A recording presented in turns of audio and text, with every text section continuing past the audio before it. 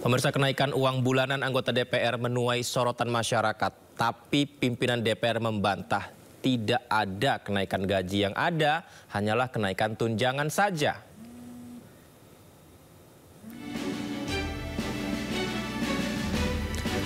Pemirsa, kenaikan tunjangan dimaksud ada tunjangan tempat tinggal menjadi 50 juta karena sudah tidak lagi diberikan rumah dinas. Sementara gaji tetap sama, yakni sekitar 6 jutaan. Selain tunjangan rumah, tunjangan anggota DPR yang juga naik adalah tunjangan bensin dan tunjangan beras. Ada tunjangan bensin dan tunjangan beras ya. Dan Wakil Ketua DPR Adis Kadir menyebut kenaikan tunjangan beras bisa jadi bentuk belas kasihan Kementerian Keuangan kepada anggota DPR. Dan mengingat harga beras dan telur di pasaran sedang naik, jadi mereka layak dikasihani. Adanya kenaikan tunjangan membuat pemasukan anggota DPR setiap bulannya, pemirsa, ini mendapatkan 69 juta rupiah. Saudara sekalian, wassalamualaikum warahmatullahi wabarakatuh. Yang saya sampaikan tadi, tunjangan beras, karena kita tahu beras telur juga naik, mungkin Menteri Keuangan juga kasihan dengan kawan-kawan DPR, jadi dinaikkan. Saat ini di luar tunjangan rumah, anggota DPR RI sudah mendapatkan tunjangan lain sebenarnya, pemirsa. Meskipun gaji pokok tidak naik, namun total pendapatannya per bulan mencapai lebih dari 50 juta. Kami hadirkan berikut rincian gaji dan tunjangan anggota DPR RI.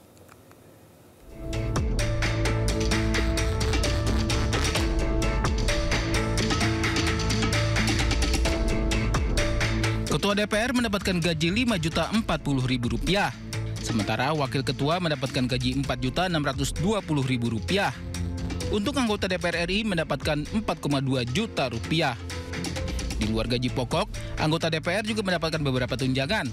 Tunjangan untuk istri atau suami mencapai Rp420.000. Tunjangan anak mencapai Rp168.000. Uang sidang untuk per paket mencapai Rp2 juta.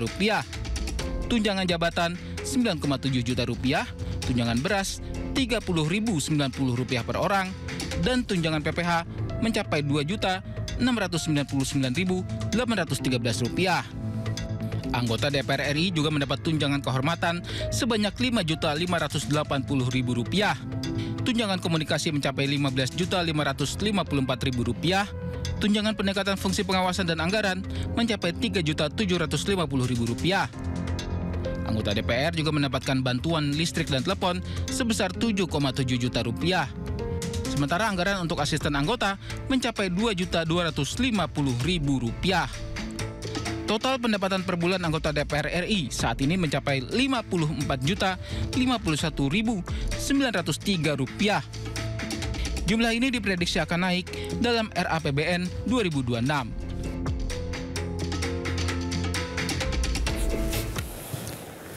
Sementara itu, pemirsa, nasib naas menimpa Nazwa Alia, warga Kabupaten Deli Serdang, Sumatera Utara. Jadi pemirsa, lulusan SMK Telkom 2 Medan ini diketahui meninggal dunia di Kamboja setelah sebelumnya ia pamit untuk menjalani wawancara tes kerja di sebuah bank. Jarang orang sekarang. Nazwa Alia, warga Kecamatan Percut Setuan, Kabupaten Deli Serdang, Sumatera Utara, dikabarkan tewas setelah sebelumnya menjalani perawatan di sebuah rumah sakit di Kamboja. Sejak lama, Nazwa yang merupakan lulusan SMK itu memiliki keinginan untuk bekerja di luar negeri. Awalnya, Nazwa meminta izin untuk wawancara kerja di salah satu bank di Medan pada 29 Mei 2025. Keesokan harinya, sang ibu menerima pesan singkat dari Nazwa yang mengatakan sudah berada di Bangkok, Thailand. Lalu pada 7 Agustus 2025, sang ibu mendapat kabar dari Kedutaan Besar Republik Indonesia di Phnom Penh bahwa Nazwa sedang sakit dan dirawat intensif di State Hospital Kamboja. Kemudian pada 12 Agustus, Nazwa dikabarkan meninggal dunia. Kalau telepon itu komunikasi macam udah nggak bagus lah.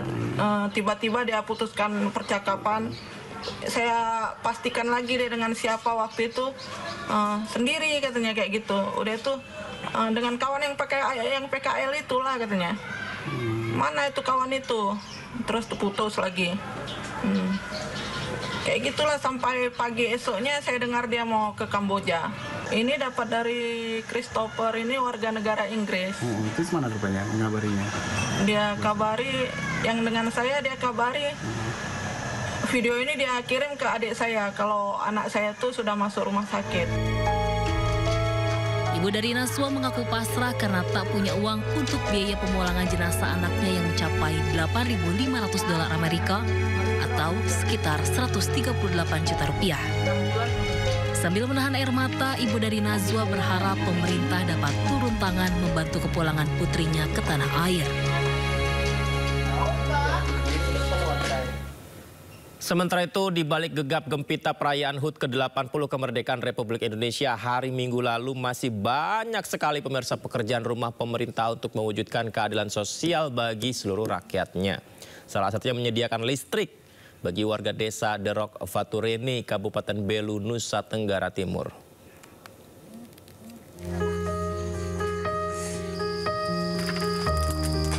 Masyarakat RT 4 RW 1 Dusun Lelowai, Desa Derok Faturene, Kecamatan Tasifeto Barat, Kabupaten Belu, Nusa Tenggara Timur, hingga saat ini belum menikmati layanan aliran listrik. Meskipun jarak desa ini hanya 5 km dari batas Kora Atambua, Kabupaten Belu, yang tak lain kawasan yang sudah terjangkau jaringan listrik. Sehingga masyarakat setempat belum dapat merasakan manfaat pembangunan energi secara optimal. Saat senja mulai merambat turun dan gelap menyelimuti desa Derok Faturene, warga hanya bersandar pada cahaya bulan serta pelita seadanya untuk menerangi malam. Keadaan ini sudah diwarisi sejak masa leluhur mereka, namun hingga kini belum juga hadir perhatian nyata dari pemerintah desa maupun Kabupaten Belu. 16 kepala keluarga yang tinggal di dusun ini sulit untuk melakukan aktivitas rumah di kala malam tiba. Anak-anak juga sangat merasa kesulitan saat belajar. Bagi anak-anak sekolah, keterbatasan penerangan menyulitkan mereka untuk membaca dan mengerjakan tugas. Sebagian terpaksa menunda belajar hingga siang hari, ketika cahaya matahari masih cukup untuk menerangi ruangan. Aktivitas ibu rumah tangga juga terpengaruh. Mereka mengatur beberapa pekerjaan rumah tangga dengan kondisi cahaya seadanya. Tentu saja ruang gerak terbatas sehingga proses menjadi lebih lambat dan tidak nyaman. Warga berharap program Indonesia Terang dari terluar dapat menjangkau dusun mereka. Mengingat Indonesia telah memasuki usia 80 tahun kemerdekaan. Sudah Indonesia belum merdeka, tinggal di sini. Oh sudah ya? Air tidak ada. Apa lagi? Jalan juga rusak. Kami selama listrik tidak ada, kami lampu pelita saja pakai. Sementara itu menurut Ketua RT setempat, warga sudah beberapa kali mengajukan permohonan penyambungan listrik kepada pihak terkait. Namun hingga saat ini belum ada tindak lanjut. Listrik kami sangat membutuhkan listrik. Soalnya anak belajar juga pakai pelita. Mau beraktivitas di dalam rumah juga gelap. Jadi penerangan juga hanya bermodalkan pelita saja dengan yang penerangan seadanya begitu, Mama? Iya. Oh. Terus ada berapa banyak kepala keluarga di sini, Mama? Ada 16 kepala keluarga. 16 kepala keluarga. Warga Dusun Lelawai masih menunggu realisasi penyambungan listrik sebagai bagian dari pemenuhan kebutuhan dasar serta pemerataan pembangunan di wilayah perbatasan RI RDTL. Dari Kabupaten Belu, Nusa Tenggara Timur, Stefanus Dile Payong, iNews melaporkan.